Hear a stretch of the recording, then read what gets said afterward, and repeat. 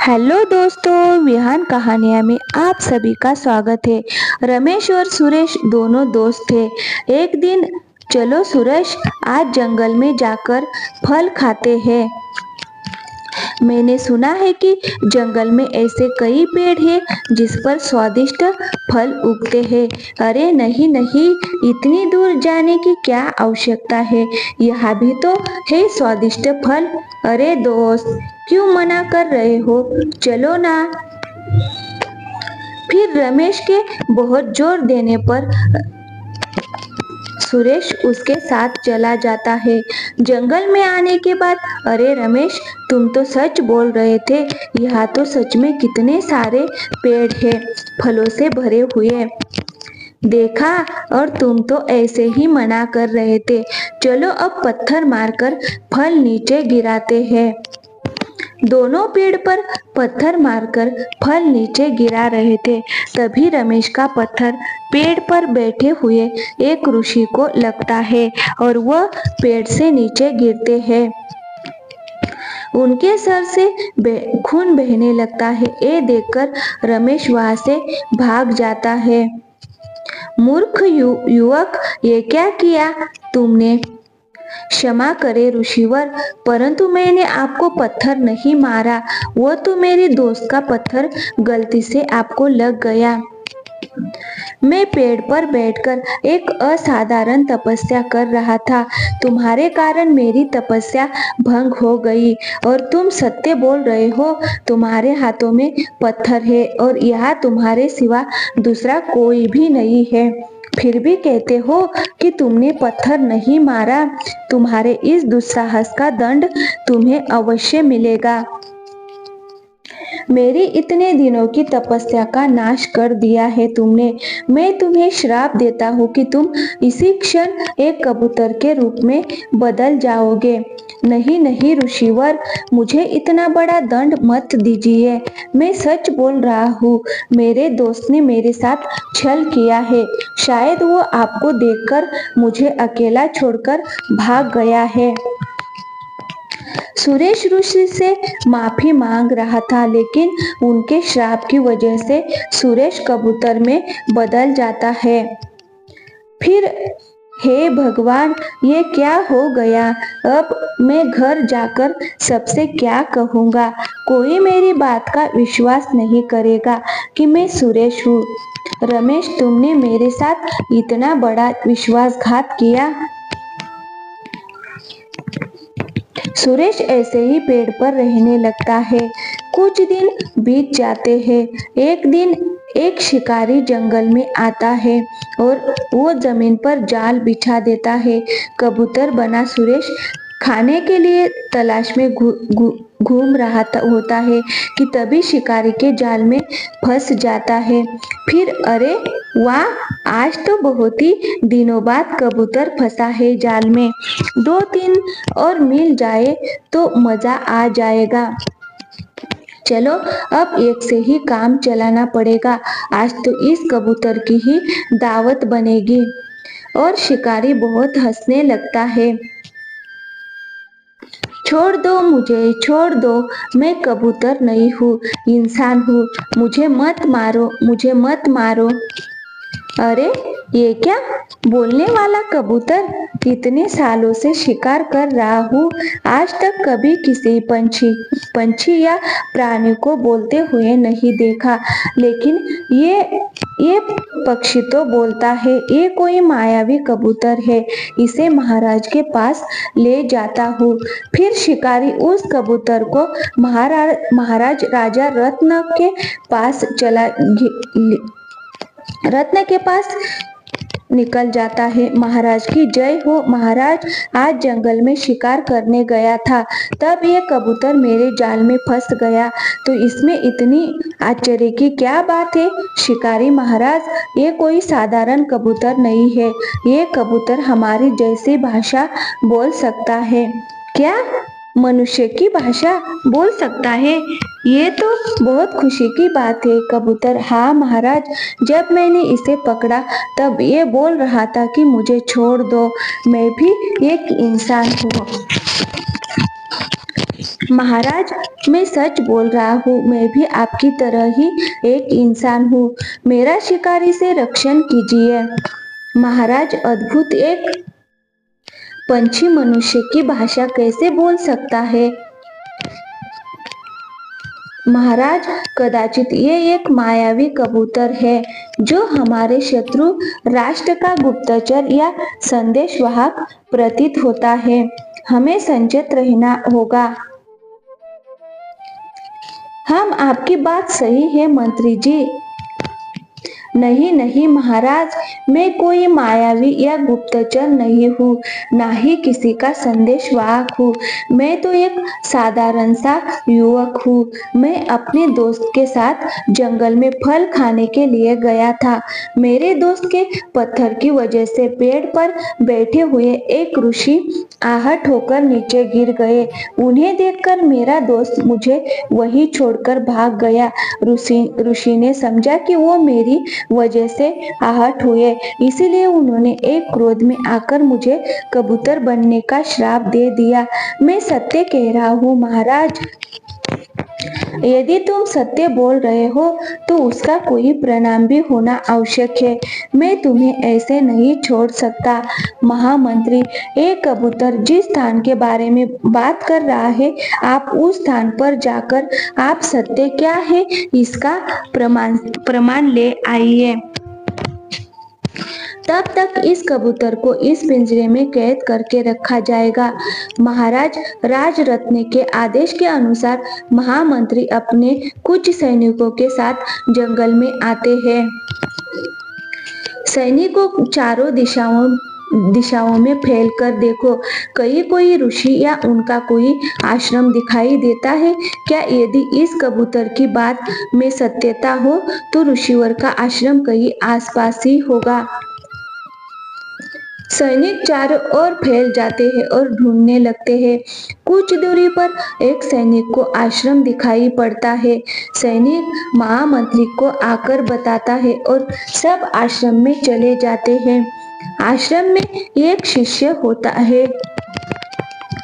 सुनिए ऋषिवर, मैं महाराजा राजरत्न का महामंत्री हूँ।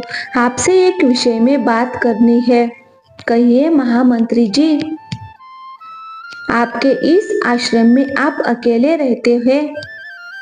नहीं, मैं यहाँ अपने गुरु के साथ रहता हूँ, परंतु दुर्भाग्यवश में मेरे गुरुदेव आश्रम से दूर रहते हैं। मेरे गुरुदेव को एक अघोरी तांत्रिक ने बंदी बनाया है।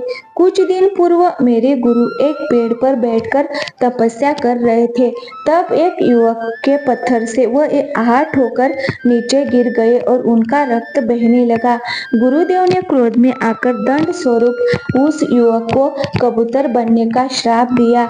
कुछ देर बाद रक्त बह जाने के कारण गुरुदेव क्षीण हो गए। इसी का फायदा उठाकर वह अघोरी तांत्रिक गुरुदेव को उस गुफा में ले गया। वह अघोरी तांत्रिक गुरुदेव की विद्याओं पर नियंत्रण करना चाहता है। मेरे गुरुदेव ने आज तक इस वन पर उसका अधिकार करने से उसे रोका है। वह इसी का प्रतिशोध लेना चाहता है। तो आप किसी से सहायता क्यों नहीं मांगी? वो कोई साधारण तांत्रिक नहीं है, मायावी है, अनेक रूप ले सकता है। उसका प्रतिकार करना इतना सरल नहीं है। आप मेरे साथ राजमहल चलिए और महाराज को सब बता दीजिए। महामंत्री ऋषि के शिष्य को राजमहल में लेकर आता है। शिष्य महाराज राजरत्न को सब घटना बता देता है। फिर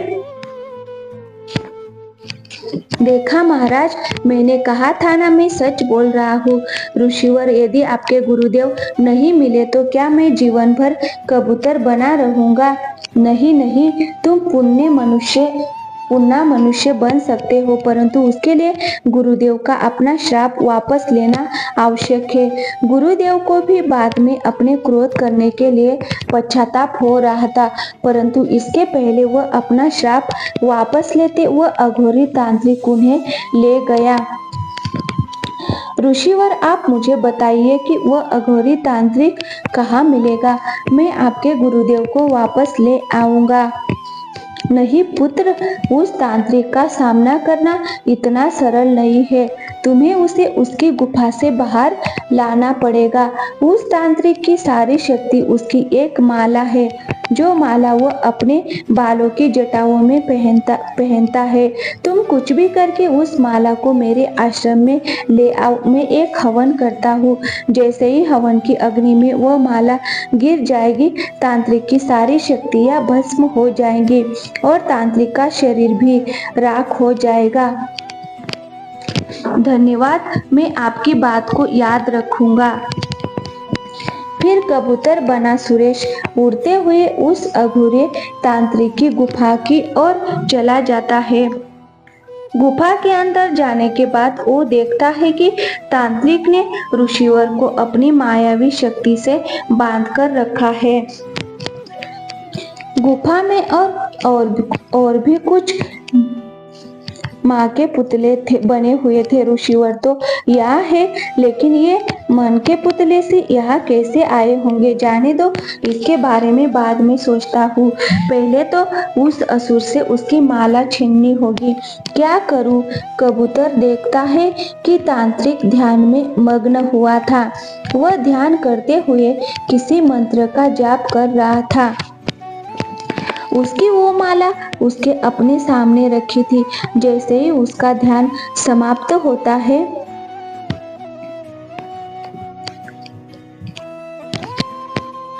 मेरा तंत्र जाप संपन्न हुआ।